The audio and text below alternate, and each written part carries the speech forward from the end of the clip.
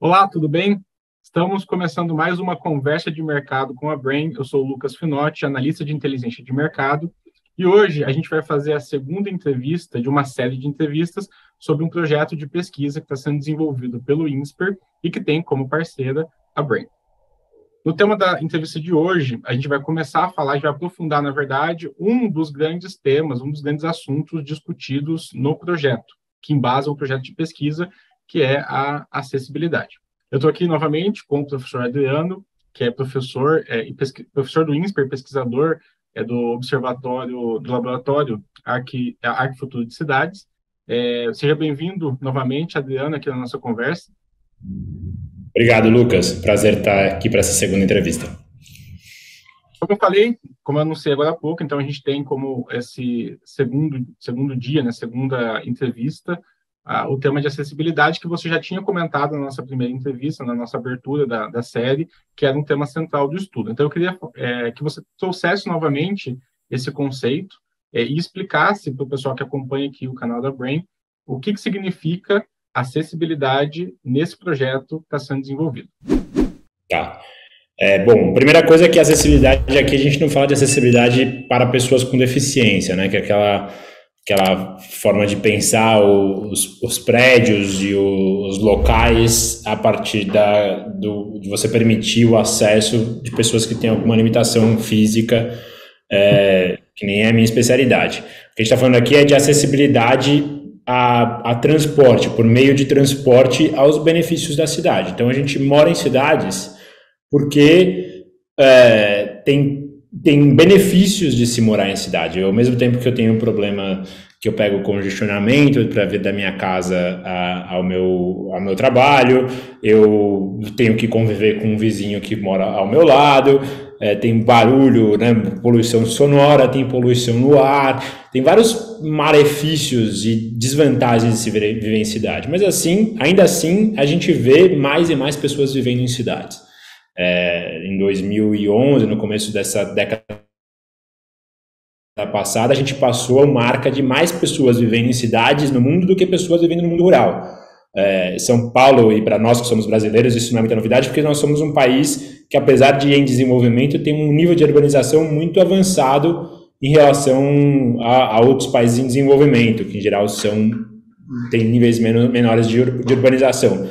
Mas tudo isso para dizer que cada vez mais as cidades trazem vantagens para as pessoas e mais pessoas querem morar em cidades. Apesar de termos vivido aí toda essa situação de pandemia que interrompeu de alguma forma as vantagens de estar numa cidade, todo mundo teve que ficar em casa e os comércios fecharam e tal.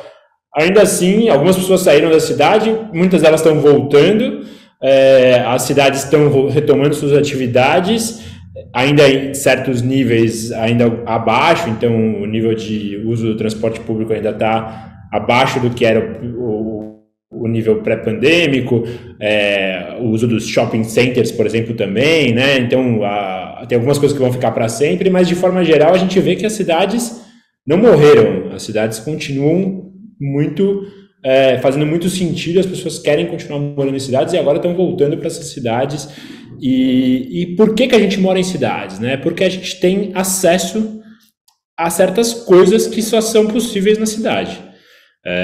Se eu moro numa área rural,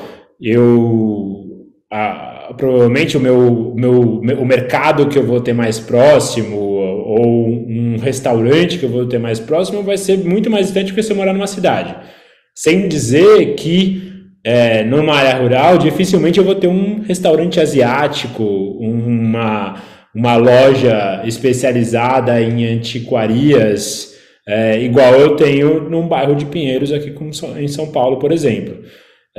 Então, viver em cidade permite que você tenha acesso a certas, a gente chama de oportunidades urbanas, que surgem a partir do fato de que muitas pessoas moram juntas. E essas oportunidades urbanas podem ser, por exemplo, comércios, coisas que me interessam comprar, coisas que me interessam usufruir da cidade, né, espaços de lazer, por exemplo, um parque de diversões, por exemplo, ou também empregos. as pessoas mudam para as cidades também em busca de mais empregos, melhores empregos, empregos mais qualificados, que pagam melhor. Então, as cidades trazem vários ganhos, apesar das desvantagens de se viver na cidade. Então, esses são os ganhos de aglomeração e desaglomeração das cidades. E o fator central nesse elemento é o acesso. É que a cidade te permite acesso a mais oportunidades. E por isso que esse conceito de acesso a oportunidades urbanas tem ganhado cada vez mais relevância e tem sido usado cada vez mais para pautar o planejamento de transporte e o planejamento urbano. Se antes a gente falava de planejamento de transportes, antes não, né? Ainda tem a gente ainda usa muito esse paradigma da mobilidade, que era, se eu sou um planejador de transportes, eu estou pensando sobre transportes, a minha principal métrica é quantas pessoas eu posso me mover numa cidade de forma mais eficiente e com maior escalabilidade. Mover as pessoas, a mobilidade é um fim em si mesmo nesse paradigma. O que a gente tem visto é cada vez mais um planejamento urbano e um planejamento de transporte voltado para olhar a finalidade de mover pessoas, mover pessoas é só um meio para a gente chegar, para a gente poder ter acesso a essas questões que estão na cidade. E aí, o acesso ele é o produto de dois elementos, a sua capacidade de mover as pessoas, mas também aonde essas oportunidades estão na cidade. Se eu tenho uma cidade que tudo fica muito espalhado, as coisas são muito distantes, eu vou ter menos acesso do que uma cidade que as coisas são mais misturadas, que as origens e destinos de viagem são mais próximos. Apesar da cidade pode ser super eficiente em mover pessoas, mas se ela for tudo muito espalhado, muito distante, eu vou ter níveis de acesso ou de acessibilidade piores. Então, a acessibilidade, sendo bem objetivo, é uma medida, um indicador, e aí você tem na literatura vários tipos de indicadores para você medir a acessibilidade, mas no final do dia todos eles medem a quantidade de oportunidades urbanas, que pode ser, por exemplo, empregos ou serviços públicos ou comércios ou áreas de lazer, que você consegue acessar em uma determinada janela de tempo ou em várias janelas de tempo, usando todos os modos de transporte disponíveis e dada uma restrição orçamentária. Então, uma medida de acessibilidade muito intuitiva e muito clara é aquela medida que fala assim, a partir de um lugar, quantos empregos eu consigo acessar em uma viagem de 30 minutos? Essa é uma medida mais simples que traz essa ideia. Primeiro, se eu me movo de forma mais eficiente naquela cidade e chego em 30 minutos mais distante, é um lado. Mas se tudo é muito distante e em 30 minutos eu não consigo encontrar nada, eu moro num subúrbio que só tem casas, o meu nível de acessibilidade vai ser baixo. E aí essas medidas vão se complexificando para incluir não só uma medida de tempo aleatória como 30 minutos, mas se você tem várias janelas, então 15, 30, 40, 45, 50, e assim elas vão se complexificando. Mas no final do dia todos querem medir quantas oportunidades você consegue acessar usando sistemas de transporte disponíveis em uma cidade. Usando, inclusive, esse tema que você levantou, que é a questão dos empregos, né? Acessibilidade aos empregos em uma região. São Paulo é uma cidade onde isso faz sentido a gente discutir esse tipo de assunto, né? Pela quantidade de oportunidades de emprego que existe na cidade, pelo tamanho da cidade, e inclusive pelas distâncias que muitas vezes precisam ser percorridas, né?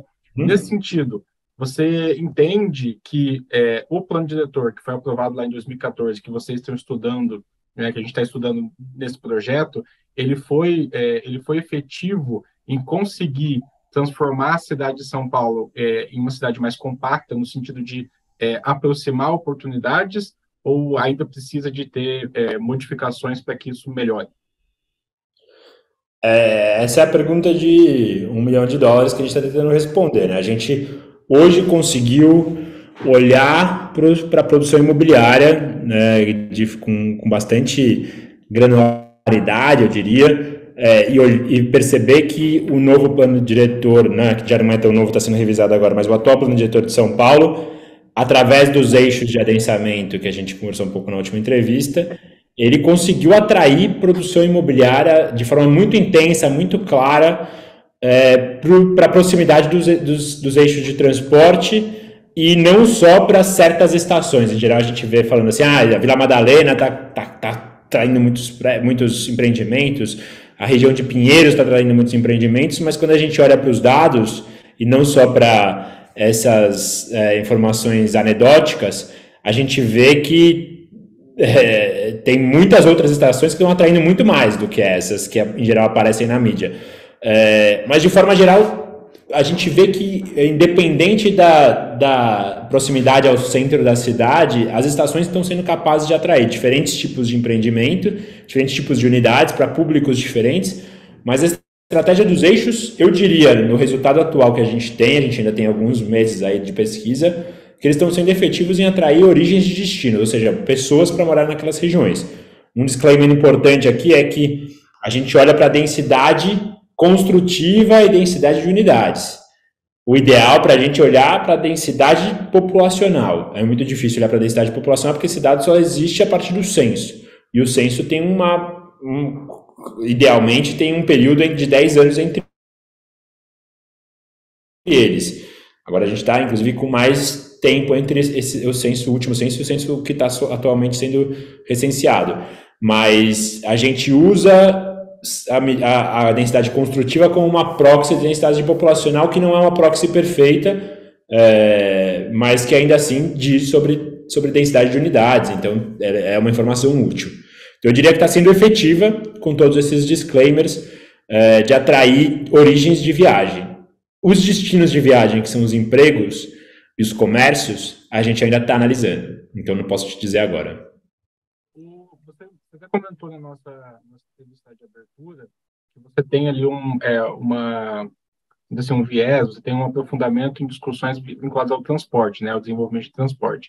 Quando a gente fala em acessibilidade, é natural que a gente vincule o transporte no sentido de levar pessoas de um lugar para o outro. A gente vai trazer o transporte público para discussão, vai trazer o trem, vai trazer o metrô para discussão. Mas acredito que tenha uma questão positiva na criação no aumento de acessibilidade, na criação de centralidades, né, novas centralidades na cidade, que é um impacto que talvez seja positivo do ponto de vista urbano, que é a redução da necessidade também do carro para o transporte, né? Então, quando a gente pensa em grande centro urbano, se você cria essa centralidade, onde você tem um maior nível de acessibilidade, né, que tudo tem ali no entorno, você diminui a necessidade de transporte particular, né, dos automóveis, por exemplo. Isso acaba refletindo, inclusive, na oferta do mercado imobiliário, né? Sem dúvida. Uma questão muito importante, né, quando a gente olha para essa relação entre transporte e mercado imobiliário e desenvolvimento urbano como um todo, elas são muito misturadas. Se eu te perguntar, o que vem antes? É população, desenvolvimento urbano ou transporte? É uma pergunta de ovo e galinha essa, porque se não tem pessoas morando numa região, você não vai ter transporte servindo aquela região. Mas se você também não tem transporte, também não tem pessoas. Então, ela é o que a gente chama academicamente de muito endógeno. Elas são definidas muito conjuntamente. É muito difícil separar uma coisa da outra. O fato é que transporte de público requer densidade para ser viável. Não existe transporte público viável sem densidade, porque transporte público tem altos ganhos de escala. Você precisa ter muita gente usando o sistema de metrô para ele ser viável economicamente e politicamente também.